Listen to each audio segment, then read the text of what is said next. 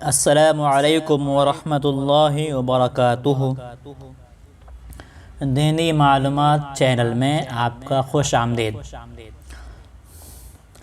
رمضان المبارک کے فضائل کے سلسلے میں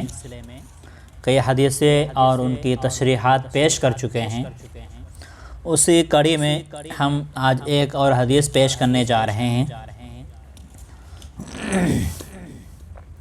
پہلے حدیث پیش کریں گے، اس کے بعد اس کا ترجمہ پیش کریں گے۔ حدیث پیش ہے، عن ابی ہریرہ رضی اللہ عنہ قال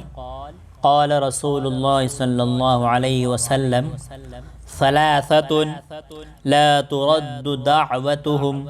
الصائم حتى يفطر والإمام العادل ودعوة المظلوم يرفعها الله فوق الغمام ويفتح لها أبواب السماء ويقول الرب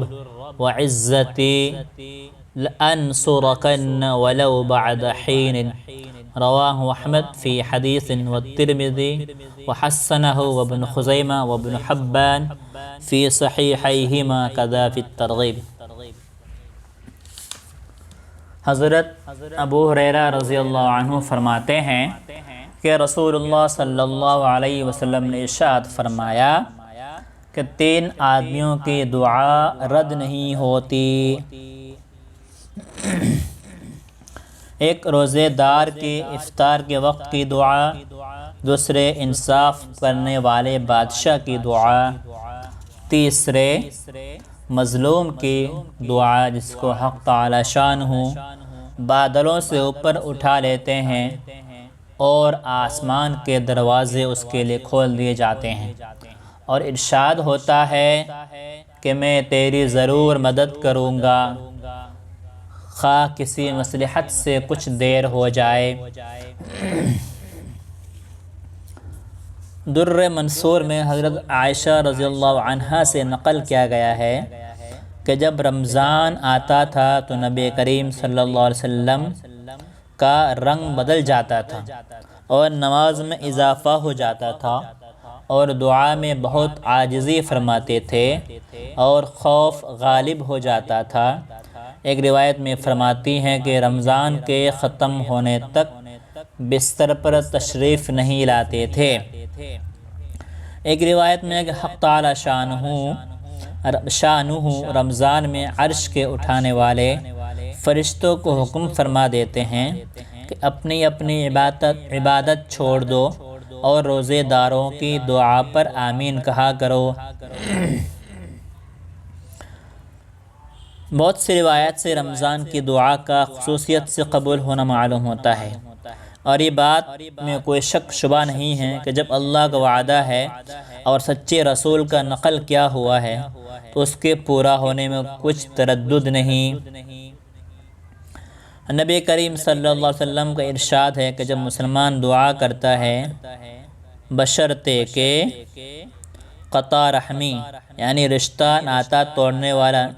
کا کوئی کام نہ کرے، جب مسلمان دعا کرتا ہے بشرطے کہ کوئی قطع رحمی والا کام نہ کرے یا کسی گناہ کی دعا نہ کرے، تو حق تعالی شانہ کے یہاں سے 3 چیزوں میں سے ایک چیز ضرور ملتی ہے، یا خود وہی چیز ملتی ہے جس کی دعا کی، یا اس کے بدلے میں کوئی برائی مصیبت اس کے اوپر سے ہٹا دی جاتی ہے، یا آخرت میں اسی قدر ثواب اس کے حصے میں لگا دیا جاتا ہے۔ ایک حدیث میں آیا ہے کہ قیامت کے دن حق تعالی شانہ بندے کو بلا کر ارشاد فرمائیں گے کہ اے میرے بندے، میں نے تجھے دعا کرنے کا حکم دیا تھا اور اس کے قبول کرنے کا وعدہ کیا تھا، تو نے مجھ سے دعا مانگی تھی؟ وہ عرض کرے گا مانگی تھی۔ اس پر ارشاد ہوگا کہ تو نے کوئی دعا ایسی نہیں کی جس کو میں نے قبول نہ کیا ہو، تو نے فلاں دعا مانگی تھی کہ فلاں تکلیف مصیبت ہٹا دی جائے، میں نے اس کو دنیا میں پورا کر دیا تھا، اور فلاں غم کے دور ہونے کے لیے دعا مانگی تھی مگر اس کا اثر تجھے کچھ معلوم نہیں ہوا، میں نے اس کے بدلے میں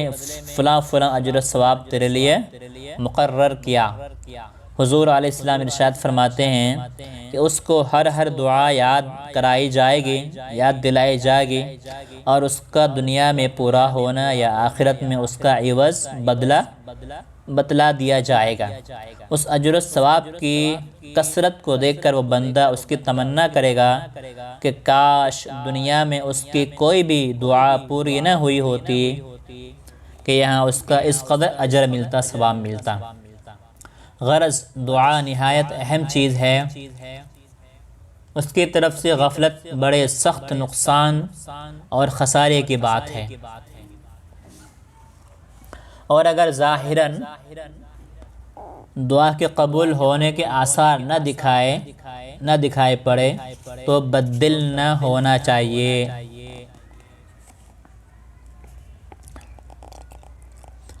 نبی کریم صلی اللہ علیہ وسلم کا ارشاد ہے کہ اپنی جانوں اور اپنی اولاد کو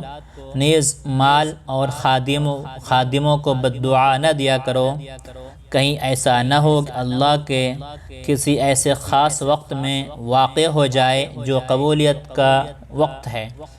بالخصوص رمضان کا تمام مہینہ تو بہت ہی خاص وقت ہے، اس میں کسی کو بددعا دینے سے بچنے کی پوری کوشش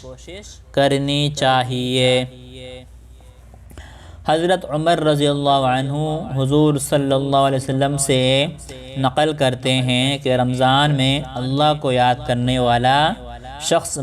بخشایا ہے اور اللہ سے مانگنے والا نامراد نہیں رہتا۔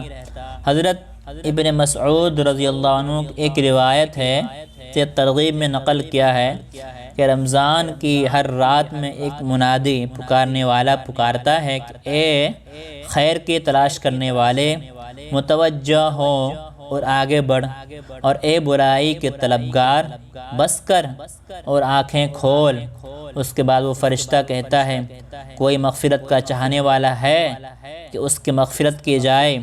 کوئی توبہ کرنے والا ہے کہ اس کی توبہ قبول کی جائے، کوئی دعا کرنے والا ہے کہ اس کی دعا قبول کی جائے، کوئی مانگنے والا ہے کہ اس کا سوال پورا کیا جائے۔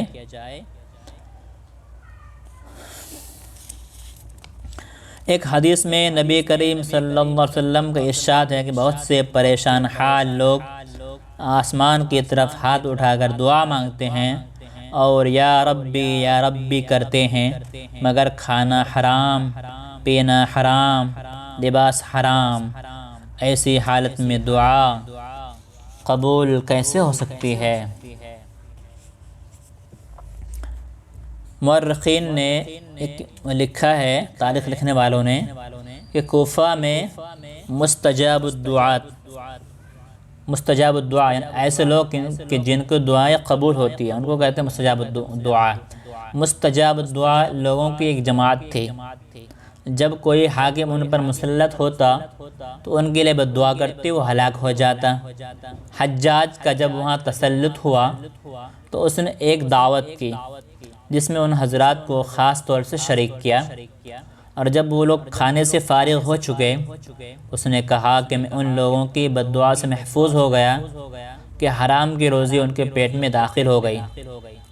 اب اس کے ساتھ ہی ہمارے زمانے کی حلال روزی پر بھی ایک نگاہ ڈالی جائے، جہاں ہر وقت سود کے جواز جائز ہونے کی کوششیں تلاش کی جا رہی ہیں، ملازمین رشوت کو اور تاجر دھوکہ دینے کو بہتر سمجھتے ہوں۔ اللہ تعالی ہمیں حلال روزی کھانے کی توفیق عطا فرمائے اور حرام روزی سے بچائے۔ اس کے لیے ایک دعا بھی ہے کہ اللہم اکفنی بحلالک عن حرامک واغننی بفضلک عمن سواک۔ اللہ تعالیٰ سے ہمیشہ حلال روزی کی تلاش کی دعا کرتے رہنا چاہیے اور حرام روزی سے اللہ تعالیٰ سے پناہ مانگتے رہنا چاہیے۔ اگر یہ حدیث اور یہ ویڈیو پسند آئے تو اس کو لائک، شیئر، سبسکرائب ضرور کریں اور بیل آئیکن کو پریس کرنا نہ بھولیں۔ السلام علیکم ورحمۃ اللہ وبرکاتہ۔